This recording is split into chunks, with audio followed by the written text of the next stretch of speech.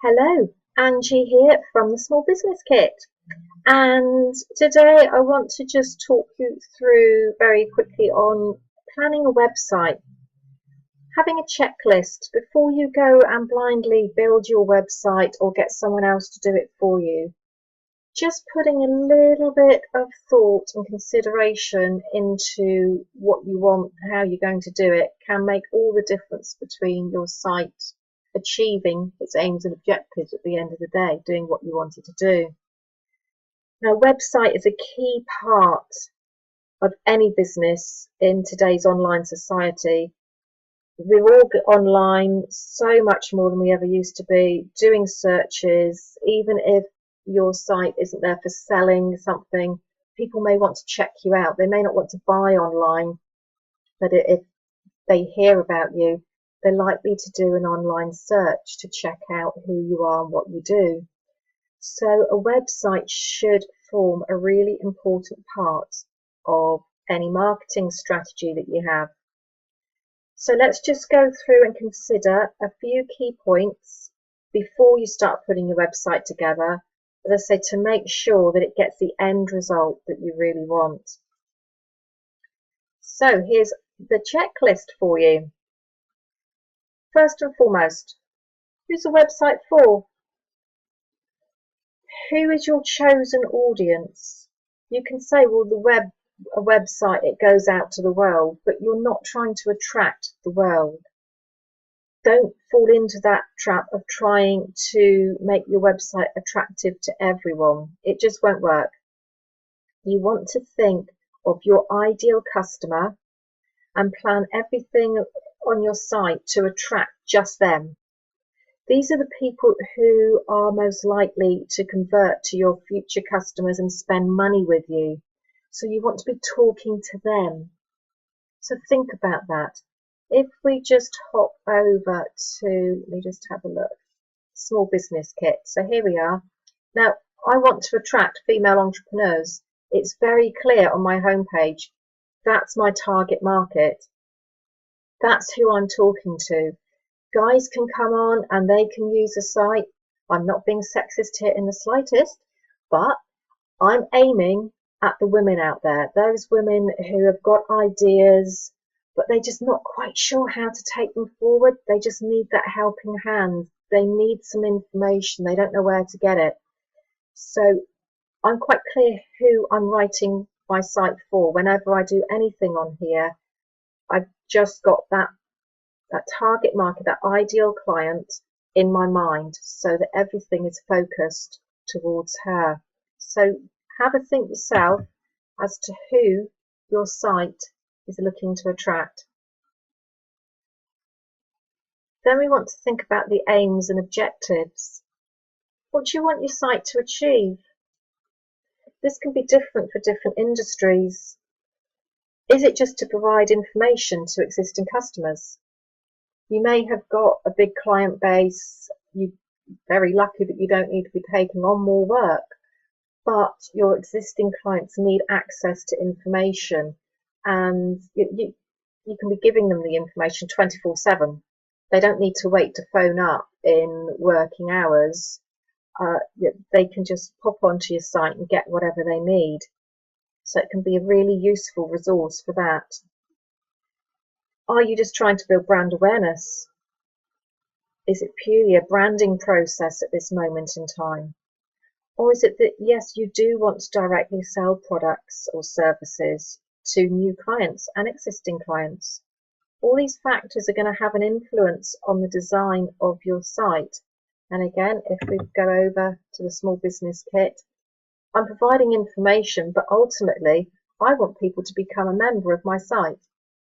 I want them to sign up so that I'm connected with them. I can help them grow their business. Yes, they can get the free content. They can read the blogs and get free articles on the site. But ultimately, if they become a member, I know that that will help them grow their business. And from that, they're going to recommend to other people. And so I start to build an income off the back of that. So that's my aim and objective, is to build a membership site so that lots of people come on board, they grow their business, build a community, and they recommend me out to other people. So be clear about your aims and objectives. The next thing, what's your USP? What's your unique selling point?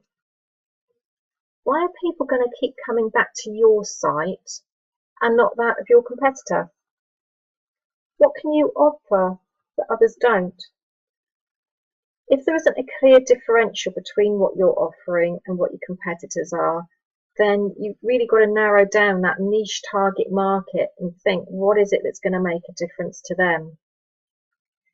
It could come down, if you've got products and services, for instance, if you're an e-commerce site and there's not that much of a differential between what other people are offering, it could come down quite simply to the ease of navigation of the site. It could be the checkout process. My gosh, so often I have gone on, I've seen a great site, I've found exactly what I want, and I've tried to buy, but the checkout process is so painful. It just loses me. It's so long-winded, and I lose faith in what's going on, and I will leave that site and I will go and search and I will buy on another one.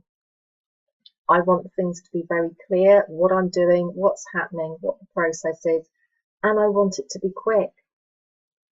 If I've got to start filling out form after form after form, I'm really not interested. So think about that. What are you offering? Again, I've got an offer on here that people can see everything in one place. They don't need to go Googling and searching different sites for the information. They can get it on this one site. And if they can't, I've got the form at the bottom of the pages that says to them, what do you want? My members can just put in a request. I can't find this. I want this. I'll go and find it for them and I'll put it in here. So they don't have to spend the hours of trawling the internet. So that's my differential. That's my USP. Once you've got that, you need to think what content you're going to be using. What information do you need to give out? And then how are you going to structure it in terms of navigating through the site? Maybe you'll do an article or a white paper with lots of information, but that then needs to link through to, say, a video or a checklist or a template. You may use infographics. There's a lot of different types of content that you can use on your site. But think about it and how it all links together. Again, as an example, I've got fact sheets, guides, videos, templates and planners. Quite often you'll go on to one of the videos, and particularly when it's in the members area with the Business Builder Masterclasses, you won't just get the video, that will then link through to a written article for those people who like to learn in different ways. They'll then get a template and a planner to go with it. They'll get the slides. It all links in together. So think about this, what content you're going to be putting on there and how you are going to use it. Moving along, lead capture. So often I review websites and this is missing. Most websites are created because they want to get more business. The small business wants to get more customers. One of the best ways of doing this is to create a database from your website visitors. You may be lucky, your site might be so engaging and fantastic that people buy from you on the first time they come to the site. It's unlikely, in all honesty. They'll probably come back a few times and check you out. But the danger is they come on your site, they forget about you and they go away. So you need to be popping up under their noses all the time, letting them know about any new products and new services that you've got. So to turn your website visitors into contacts and then future clients, you need to capture their details. And you can simply do this by use of a sign-up form. You need to make it very clear and very easy for them to sign up, and perhaps offer an incentive. Why should they sign up to your newsletter? Offer an incentive. And I've got on here, like, grab your freebie. So somebody can come onto my site and they click on there, and I've offered a free, well, what's that?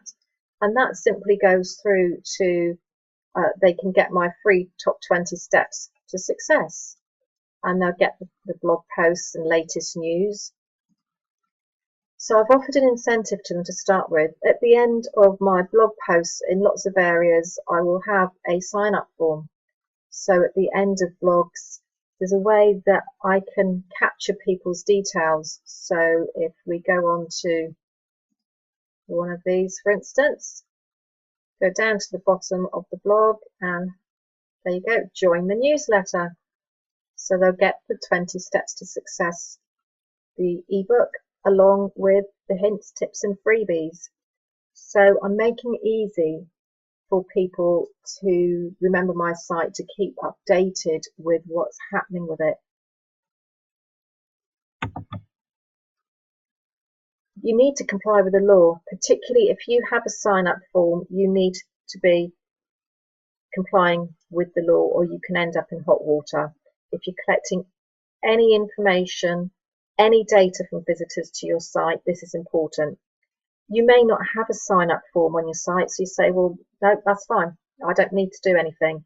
If you've got Google Analytics on your site, any other type of tracking, you've got to comply with data protection laws and meet the legislation on the use of cookies. You can find information on this. You'll be able to find it through the Small Business Kit, etc. But you do need to ensure that somewhere on your site, and if I scroll down here, I've always got it at the bottom. Oh, you can't quite see that there. I have got my terms and conditions of using the site, and also my privacy and cookie policy. So check out the cookie policy laws and make sure that you use them. Email accounts. How many email accounts are you going to want for your site? Now, it may well be that you just have a generic info at, but you may want to have separate emails for different people coming to your site. So it could be existing clients.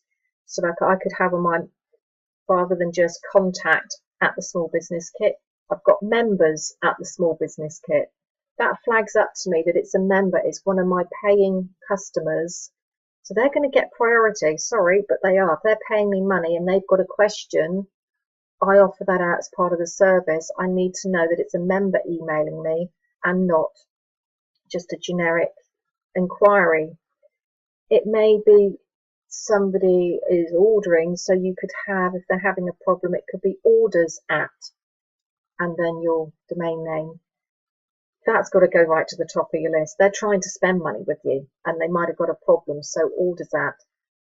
Yeah, however many email addresses you want, you need to go and check with your hosting company, because it may affect your plan, your hosting plan. There might be a stipulation that you can only have X amount of email addresses.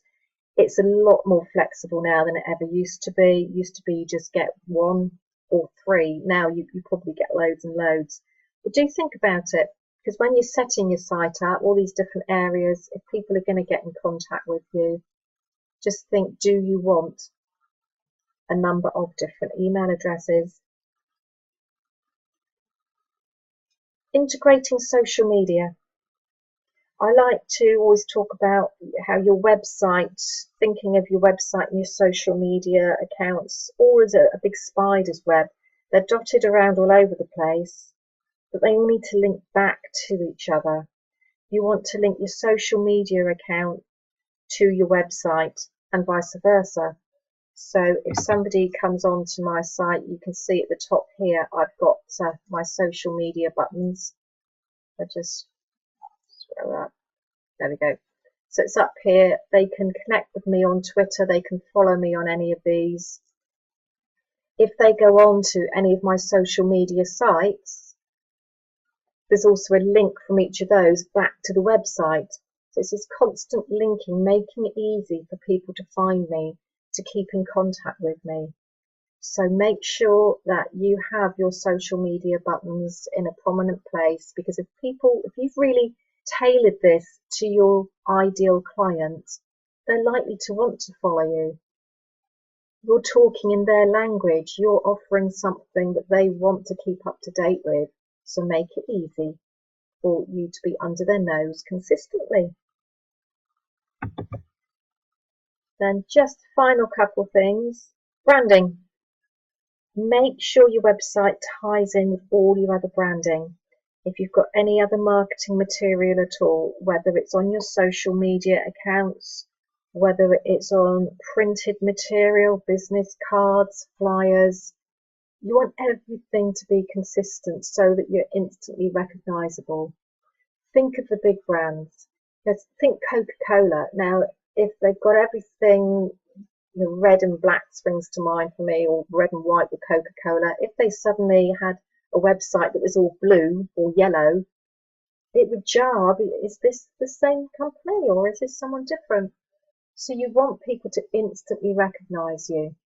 So make sure that your colors, your logos, everything is consistent across all marketing strings. And then finally, just have a little bit of a think about the personality of your site. You are your business will have its own personality, and that needs to reflect across onto your website. It's going to depend upon your business aims, your business type, your industry and your target market. But think, do you want your site to be fun and funky, a bit of fun? Or do you want it to be a little bit more serious, a little bit more formal? So think about that. A lot of going across, again, back to the small business kit, it's got to be serious to a degree because there's a lot of factual information here. But again, a lot of the sites that I look at, they're very formal and very straight-laced. So I wanted something just a little bit softer and with a bit of humour in there. We're all human at the end of the day, and a little bit of fun element to go in as well. So some of my blog articles, some bits that I do, you'll see it's just got a little bit of my sense of humour tucked in there. So it makes it my brand, my business. That's how I am as a person. So I'm injecting my personality in there. It's straightforward advice, but also with a little bit of fun thrown in for good measure. So that's it for today. Contact details as always. Go visit thesmallbusinesskit.com and find out loads more information for your business. If you've got any questions, please email me, Angie@thesmallbusinesskit.com. Find me on Facebook, The Small Business Kit, or find me on Twitter under Angie Tabs. I hope this has been of use to you and look forward to you joining me on the next one.